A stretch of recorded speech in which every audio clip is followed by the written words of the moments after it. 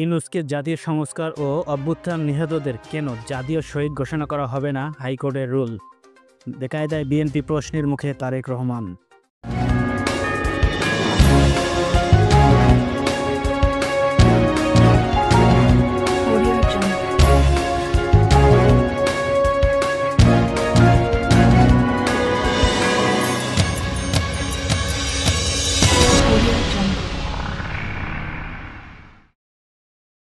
Doctor ইউনূসকে জাতীয় সংস্কার ঘোষণার বিষয়ে হাইকোর্টের রুল। জাতীয় শহীদ স্বীকৃতি নিয়ে প্রশ্ন।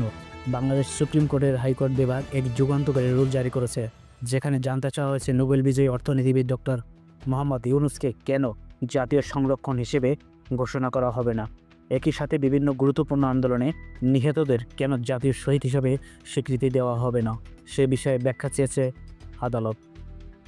এ নিয়ে জাতীয় সংস্কার হিসেবে ঘোষণার রুলস জারি হয়েছে।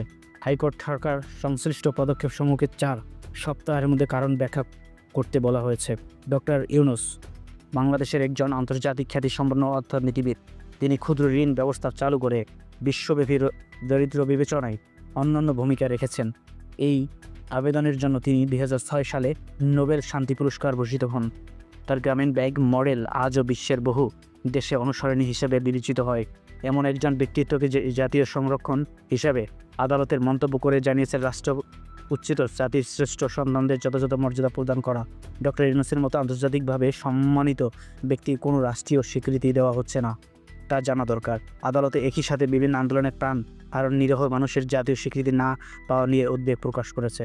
এই রুল জারি পরে দেশ জুড়ে ব্যাপক আলোড়ন সৃষ্টি হয়েছে।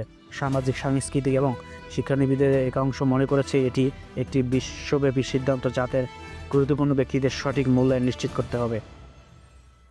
বেকায়দায় বিএনপি প্রশ্নের মুখে তারেক রহমানের নেতৃত্ব। বাংলাদেশের অন্যতম বৃহত্তম রাজনৈতিক দল বিএনপির বর্তমানে এক গভীর রাজনৈতিক সংকটে পড়েছে। দলের নেতৃত্বে, নির্দেশনা এবং কার্যক্রম নিয়ে প্রশ্ন উঠেছে।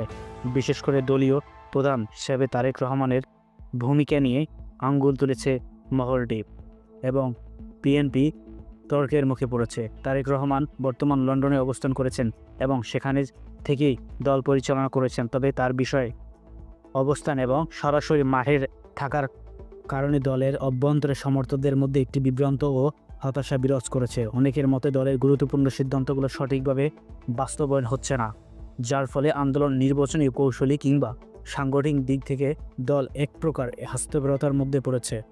বিগত নির্বাচন অংশ না নেওয়া, আন্দোলনের ব্যর্থতা এবং নতুন করে বিশেষ করে যুব সমাজ ও নতুন ভোটারদের মধ্যে দলটির গ্রহণযোগ্যতা কমে যাচ্ছে বলে বিশ্লেষকরা মতামত দিয়েছেন।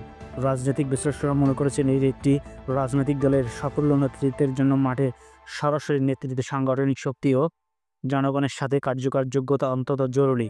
এই ক্ষেত্রে তারেক রহমানের দূরবর্তী নেতৃত্বের দলকে কাঙ্ক্ষিত গতিশীল দিতে পারছে না। বিএনপির সামনে বড় চ্যালেঞ্জ হলো নেতৃত্ব কৌশল নিয়ে সিদ্ধান্ত নিয়ে তোলপাড়